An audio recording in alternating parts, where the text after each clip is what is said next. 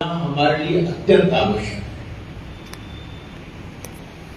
केवल एक तत्व का ज्ञान करेंगे तो बात नहीं बनेगी, तीन तत्व का ज्ञान होना चाहिए, इसको कहते हैं तत्व ज्ञान।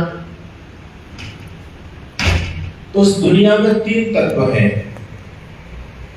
तीन पदार्थ हैं, एक सत्य है, एक सच्चित है और एक सच्चिदानंद है।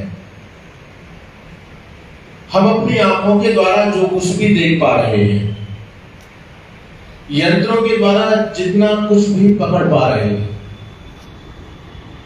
ये सब कुछ सत्य में आता है। मोटे तौर पर यदि मैं एक परिभाषा आपके बीच में रखूं तो उसमें कुछ अन्यथा नहीं है कि सत्य वो है जो आंखों से देखा जा सके और आंखों से केवल जड़ चीज ही देखी जा सकती है, चेतन तत्व तो कभी देखा ही नहीं जा सकता। ये जड़ और चेतन का भेद आप समझिए। जड़ वो है जो देखा जा सके, चेतन को आप कभी देख ही नहीं सकते। अब आप ये देखो, आप अपनी आंखों से जो कुछ भी देख पा रहे हैं ये सब जड़ जगत है, इसको कहते हैं सत्य। एक तत्व ऐसा है सच्चित। सच्चित का मतलब हमारा जो ये शरीर है ये भी सत्य है, और इस शरीर के अंदर विद्यमान चेतन तत्व जो इस शरीर का अधिष्ठाता है, जो इस शरीर का स्वामी है, ये शरीर हमारा रथ है। इस शरीर के अंदर एक रथी है जो रथ को संभालता चलाता है। उपनिषदों में कहा गया, भगवान कृष्ण भी कहते हैं, आत्मानम रथिनम विद्धि शरीरम रथमेवतु। ये आत्मा है रथी और शरीर है रथ। जब आत्मा रथ को छोड़ देता है तो ये अर्थी बन जाता है। आप लोग सुनते हैं अर्थी जा रही है, अर्थी का मतलब रथी रथ को छोड़ गया, वो अर्थी हो गई, बिना रथी के अर्थी। तो जो चेतन तत्व शरीर के अंदर है उसको कहते हैं सच्चित, यानी आत्मा, आत्म तत्व। तीन तत्व है दुनिया में। पहला तत्व है सत्य। बहुत से लोग एक तत्व को लेकर चलते हैं, एक तत्व से काम बनने वाला नहीं। तीनों की अपनी सत्ता है, तीनों अपने पार्टिकल है, तीनों का अपना गुणधर्म है, और तीनों से दुनिया बनी है, और तीनों का पूरी दुनिया में बसा रहा है। यहां पर भी मैं आपके बीच में बोल रहा हूं तो मैं बोलने वाला हूं, आप सुनने वाले हैं, और तीसरा ये सारा संसाधन है, माइक है, लाइट है, पंखा है, और बिना दिन के काम कैसे चलेगा। स्कूल के अंदर एक मास्टर जी पढ़ाने वाले, एक पाठ्य सामग्री है और तीसरे विद्यार्थी हैं। हर जगह तीन का ही पसारा है। तो ये जो वैदिक सिद्धांत त्रैतवाद की जो बात करता है, ये बड़ा व्यावहारिक सिद्धांत है। तो दो तत्वों की मैंने आपके बीच में चर्चा की, एक तो है सत्य, एक है सच्चित, और तीसरा है सच्चिदानंद। सच्चिदानंद का मतलब जो हमारा अंदर सच्चित है, यानी आत्म तत्व है। इस आत्म तत्व की कर्म के अनुसार भिन्न भिन्न प्रकार की व्यवस्था करना, इसको कौन सा रथ प्रदान करना है, कैसे इसके कर्म है, कौन सी इसको गाड़ी देनी है, BMW चाहिए या आपको कौन सी गाड़ी चाहिए, तो अपने कर्मों के अनुसार जो इस पर नियंत्रण रखने वाला तत्व है उसको कहते हैं सच्चिदानंद, यानी परमात्मा। तीन तत्व होंगे, सत्य, सच्चित और सच्चिद। बात समझ में आपके आ रही है, नहीं आ रही? आ रही है, हाँ या ना बोलो? आ रही है। तीन तत्व, सत्य, सच्चित और सच्चिदानंद। अब यहाँ पर प्रश्न पहला ये होता है, इन तीन तत्वों में एक हम भी है। हम कौन है? सत्य है, सच्चित है, सच्चिदानंद। बोलो सच्चित। मैं तो सच्चिदानंद या सच्चित हूँ, ठीक है? इसका मतलब आप ध्यान से सुन रहे बात। हम सभी सच्चित हैं, जीवात्मा है। हमारे सामने चलने के लिए दो रास्ते हैं, एक सत्य का रास्ता है, एक सच्चिदानंद का रास्ता है। उपनिषद जिसको एक को श्रेय मार्ग कहते हैं, एक को प्रेय मार्ग कहते हैं। आमतौर पर जिसको आध्यात्मिकवाद और भौतिकवाद कहा जाता है, यानी हमारे सामने हम एक ऐसे पथिक है जो रास्ते पर जा रहे हैं और सामने से बी टाइप में दो रास्ते फैल गए। अब पथिक को ये टेंशन है, ये समस्या उसके सामने है कि मुझे किस रास्ते पर चलना चाहिए। मैं सत्य के रास्ते पर चलूं या सच्चिदानंद के रास्ते पर चलूं? किस रास्ते पर चलना चाहिए? किस रास्ते पर चलना हमारे लिए बेहतर रहेगा?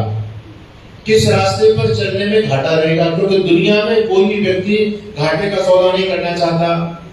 तो अब चिंतन ये करना है कि हमारे सामने दो रास्ते, हम सभी के सामने, हमको किस रास्ते पर चलना चाहिए? सत्य के रास्ते पर चलना चाहिए, सच्चिदानंद के रास्ते पर चलना चाहिए? बोलो जी, किस पर चलना चाहिए? सच्चिदानंद के रास्ते पर चलना चाहिए। लेकिन हम चल किस रास्ते पर रहे? सत्य के रास्ते पर चले या सच्चिदानंद के रास्ते पर चलते? सिद्धांत तो यही कहता है, हम भी अंदर से यही जब चिंतन विचार करते हैं तो यही अंदर से आवाज आती है कि हमको सच्चिदानंद के रास्ते पर ही चलना चाहिए। लेकिन दुनिया के अधिकतम प्रतिशत लोग सत्य के रास्ते पर ही चलते हैं। ऊपर ऊपर से सभी कहते जरूर है कि हमको सच्चिदानंद के रास्ते पर चलना है, लेकिन अंदर सबके सत्य भरा है। और आप यदि चिंतन करें, देखें, तो हमारे जीवन की पूरी व्यवस्था केवल सत्य के लिए है। पूरा हम अपने जीवन में जो कुछ भी करें ना, केवल सत्य के लिए कर रहे हैं। आप मकान बना रहे हैं, नहीं बना रहे, कोठी बना रहे, बढ़िया। किसके लिए? किसके लिए भाई? किसको लाभ मिलेगा, किसको सुख मिलेगा इससे? सत्य के लिए। अपने लिए तो आप नहीं कर रहे ना। चलो सच्चिदानंद की बात छोड़ दो, पहले अपने पर आ जाओ। यानी आत्म तत्व के लिए हम क्या कर रहे हैं? हम कपड़े पहनते हैं किसके लिए? शरीर के लिए। हम भोजन करते हैं किसके लिए? शरीर के लिए। गाड़ी घोड़े रखते हैं किसके लिए? शरीर के लिए। बैंक बैलेंस बढ़ा रहे हैं किसके लिए? शरीर को सुख मिलता रहे। हमारे पूरे जीवन की यात्रा केवल सत्य तक सिमटी हुई है, इससे ज्यादा कुछ नहीं। कुछ लोग हैं, क्योंकि ये शरीर माध्यम, ये माध्यम है, इस माध्यम को भी नेगलेक्ट नहीं किया जा सकता। ये रथ है, रथ होता है मंजिल तक पहुंचने के लिए, लेकिन रथ की मंजिल ना बन जाए इसका ध्यान देना है। गाड़ी की सर्विस करनी है, मेंटेनेंस करके रखना है, यहां तक तो सब कुछ है ठीक, लेकिन इस गाड़ी को ही हम सजाने में, संवारने में पूरा समय जीवन निकाल दिया तो ये घाटे का सौदा है। तो निवेदन में आपके बीच में कर रहा था कि हमको किस रास्ते पर चलना है। आपने कहा स्वामी जी सच्चिदानंद के रास्ते पर चलना, सत्य के रास्ते पर नहीं चलना। क्यों नहीं चलना सत्य के रास्ते पर? सत्य के रास्ते पर चलने में घाटा क्या है और सच्चिदानंद के रास्ते पर चलने में फायदा क्या है? क्योंकि आज के लॉजिक का जमाना है। बिना तर्क के कोई भी व्यक्ति बात को स्वीकार नहीं करता। जब तक व्यक्ति को लाभ नहीं किसी चीज में मिलेगा, तब तक उधर व्यक्ति जाने वाला नहीं। प्रयोजन मनुष्य मंदोपी में प्रवर्तते। बिना प्रयोजन के तो मंद व्यक्ति भी कोई काम नहीं करता। हम तो बुद्धिमान लोग हैं, हम बिना प्रयोजन के कुछ प्राप्ति नहीं होगी तो हम उस काम को क्यों करेंगे? तो प्रश्न यहाँ पर खड़ा हुआ है कि आखिर हम सत्य के रास्ते पर चलेंगे तो घाटा क्या है और सच्चिदानंद के रास्ते पर चलेंगे तो लाभ क्या है? हमारे यहाँ बहुत अच्छे दार्शनिक विद्वान हुए स्वामी दर्शनानंद जी महाराज। उनका बहुत सारा साहित्य प्राप्त होता है। तो एक एग्जाम्पल देते हैं स्वामी जी। स्वामी जी ने एक उदाहरण दिया कि जब किसी पदार्थ को अनुकूलता मिलती है तो उसके गुण बढ़ जाते हैं, प्रतिकूलता मिलती है तो कम पड़ जाते हैं, उसके गुण, उसकी क्वालिटी गिर जाती है। अनुकूलता मिलेगी तो क्या होगा? अनुकूलता मिलेगी तो उसकी क्वालिटी बढ़ेगी, प्रतिकूलता मिलेगी तो क्वालिटी कमजोर पड़ेगी। अब ये बताओ आपकी अनुकूलता किसके साथ में है?